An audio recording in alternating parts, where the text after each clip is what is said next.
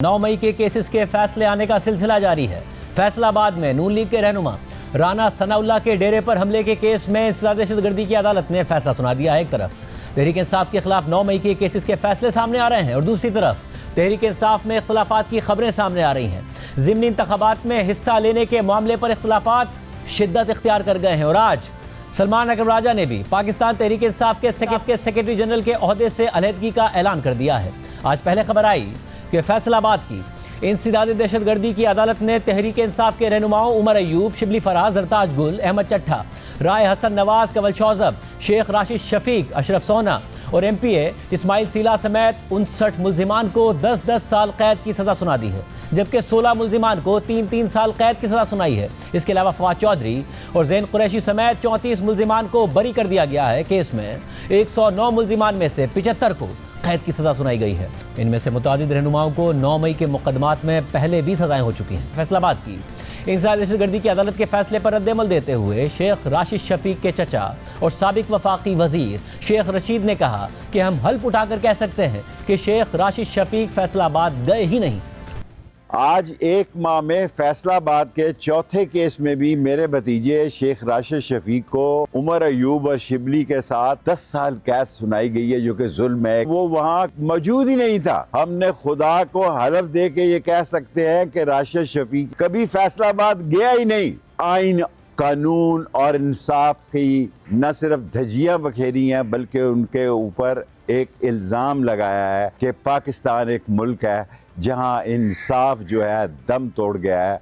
इसके अलावा तहरीक इंसाफ ने फैसले पर रद्द-ए-अमल देते हुए मजम्मत की है। तहरीक इंसाफ के एलामिये के मुताबिक ये तमाम सज़ाएँ 2 गवाहान की मुबैना गवाहियों की बुनियाद पर दी गई हैं, जबकि इन्हीं 2 झूठे गवाहान की गवाही को सरगोदा की एक अदालत ने झूठा करार दिया था और तमाम मुल्जिमान को बरी कर दिया था। इससे वाज़ेह होता है कि ये फैसले भी झूठे और मुनज़्ज़म सियासी इंतकाम के तहत किए जा रहे हैं। न सिर्फ 9 मई के केसेस के फैसले सामने आ रहे हैं, बल्कि 27 माह बाद 9 मई के केसेस में गिरफ्तारियां भी हो रही हैं। गुज़िश्ता हफ्ते लाहौर पुलिस ने पहले इमरान खान की बहन अलीमा खान के बड़े बेटे शारेज़ और फिर अलीमा खान के दूसरे बेटे शेरशाह को गिरफ्तार कर लिया। अहम बात यह है कि शारेज़ के हवाले से उनके करीबी दोस्त ये दावा कर रहे हैं कि वो 9 मई के मौके पर चित्राल में थे और इसके सबूत भी सामने ला रहे हैं, मगर लाहौर की इंसदाद दहशतगर्दी की अदालत ने उनका 8 दिन का जिस्मानी रिमांड दे दिया। अलबत्ता अलीमा खान के दूसरे बेटे शेरशाह के हवाले से पुलिस दावा कर रही है कि वो 9 मई के एहतजाज के मौके पर हसन नियाजी के साथ कंटेनर पर मौजूद थे और उसकी वीडियो भी मौजूद है, मगर इंसदाद दहशतगर्दी की अदालत ने उनका 5 दिन का रिमांड दिया है। इसके अलावा 9 मई के मुकदमात में सज़ाओं के बाद नाअहल होने वाले तहरीक इंसाफ के अरकान असेंबली की नशिस्तों पर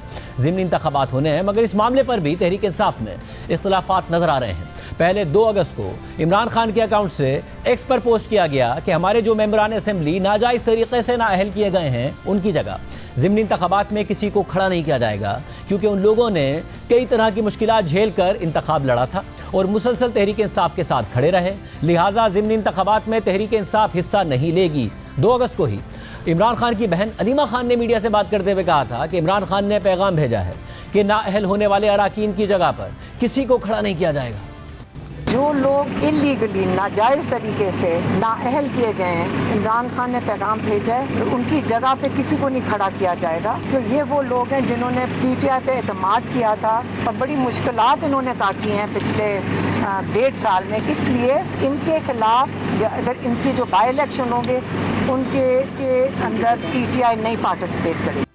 इसके बाद 6 अगस्त को एक बार फिर इमरान खान के अकाउंट से सोशल मीडिया प्लेटफॉर्म एक्स पर पोस्ट किया गया कि एक मरतबा फिर वाजे कर रहा हूँ कि तहरीक इंसाफ के उम्मीदवार जिनको ना हक ना अहल किया गया है, उनकी नशिस्तों पर कोई इंतखाब नहीं लड़ेगा। ज़िमनी इलेक्शन में हिस्सा लेने का मतलब होगा कि हम उनके नाजायज़ अमल को जायज़ करार दे रहे हैं। ज़िमनी इलेक्शन में हिस्सा लेना हमारे लोगों की कमर में छुरा घोंपने के मुतरादिफ होगा। इसके बाद 22 अगस्त तहरीक इंसाफ की सियासी कमेटी का इजलास होता है, जिसके एलामिये के मुताबिक इजलास में तमाम मेंबरान ने शिरकत की और मुल्क की मजमूई सियासी सूरत हाल पर तफसीली गौर व खोज किया।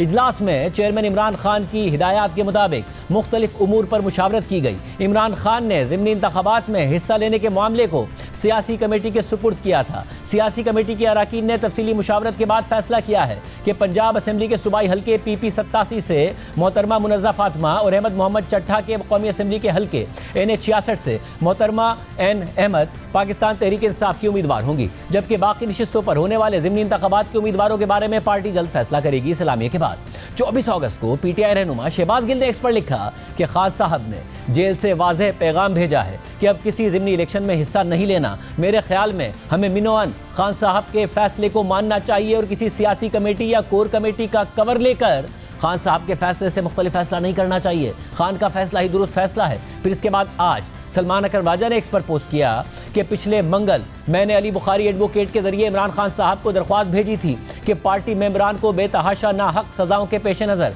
मुझे सेक्रेटरी जनरल के ओहदे से हटकर कानूनी मामलात पर तवज्जो मरकूज करने दी जाए। खान साहब ने मेरी दरख्वास्त मंजूर ना की। मैं उनके एतमाद पर शुक्रगुजार हूँ। सलमान अकरम राजा ने मजीद लिखा कि आज एक ऐसा वाक़या हुआ है जो अब मुझसे दो टोक फैसले का तकाजा करता है। कल मैं खान साहब से गुजारिश करके ओहदे से अलहदा हो जाऊंगा। मेरी वकालती खिदमात बिला मुआवजा हाजिर रहेंगी। इस मामले पर नुमाइंदा जियो न्यूज़ हैदर शराजी ने पार्टी ज़राए से खबर दी है कि सलमान अकरम राजा और अलीमा खान के दरमियान ज़िमनी इंतखाबात के मामले पर बहस हुई है। अलीमा खान ने कहा कि बानी पीटीआई का वाज़ेह हुक्म था कि ज़िमनी इंतखाबात में हिस्सा ना लें, जिस पर सलमान अकरम राजा ने सियासी कमेटी का मौक़िफ़ और अरकान की राय से अलीमा खान को आगाह किया। सलमान अकरम राजा ने बताया कि ज़िमनी इंतखाबात में शमूलियत के खिलाफ वोटिंग में 9 अरकान ने और हक़ में 13 अरकान ने बात की है। अलीमा खान से बहस की वजह से सलमान अकरम राजा दिल बर्दाश्ता हुए हैं।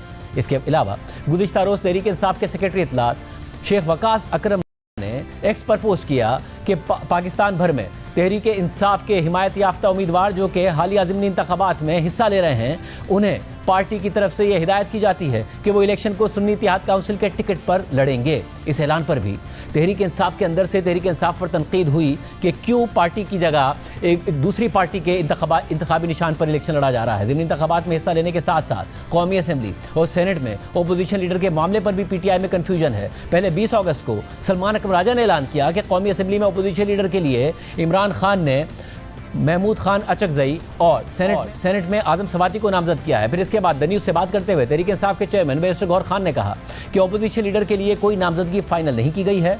फिर 21 अगस्त को सलमान अकरम राजा ने कह दिया कि यह कहना कि पार्टी ने कौमी असम्बली और सेनेट में अपोजिशन लीडर की तब्दीली के हवाले से कोई फैसला किया है, बिल्कुल गलत बयानिया है। उनके दोनों बयान देखिए। कौमी असम्बली में अपोजिशन लीडर के लिए खान साहब ने महमूद खान अचकजई साहब को नामजद किया है, सेनेट में आजम सवाती साहब को। पंजाब असम्बली के लिए उन्होंने 5 नाम मांगे हैं, जिनमें से एक का वो फैसला करेंगे। अयूब साहब हमारे लीडर ऑफ द अपोजिशन हैं कौमी असम्बली में, शिबली फराज साहब लीडर ऑफ द अपोजिशन हैं सेनेट में। ये दोनों पार्टी का अनमोल असासा है। और इसी तरह अहमद खान भच्चर साहब पंजाब असम्बली में लीडर ऑफ द अपोजिशन। इंशाअल्लाह ये सुरखरू होंगे, जो झूठी सजाएं इनको दी गई हैं वो ख़त्म होंगी और ये बदस्तूर कायम रहेंगे बतौर लीडर ऑफ द अपोजिशन कौमी असम्बली में, सेनेट में और पंजाब असम्बली। ये कहना कि पार्टी ने कोई फैसला किया है किसी तब्दीली के हवाले से, बिल्कुल गलत बयानिया है। खान साहब की जानिब से ये आया हिफ्ज़ मा तक़द्दुम के तौर पे अगर ज़रूरत पेश आ जाती है इन तमाम कानूनी लड़ाइयों के बाद, जो तमाम कानूनी मार्ग के हम समझते हैं कि हम जीतेंगे, अगर इसके बावजूद ये ज़रूरत पेश आती है कि वक्ती तौर पर कोई लीडर ऑफ द अपोजिशन कायम किए जाएं, तो उनकी जानिब से ज़रूर हमें रहनुमाई दी गई है। लेकिन इस हवाले से मैं समझता हूँ इस वक्त कोई बात हतमी नहीं है।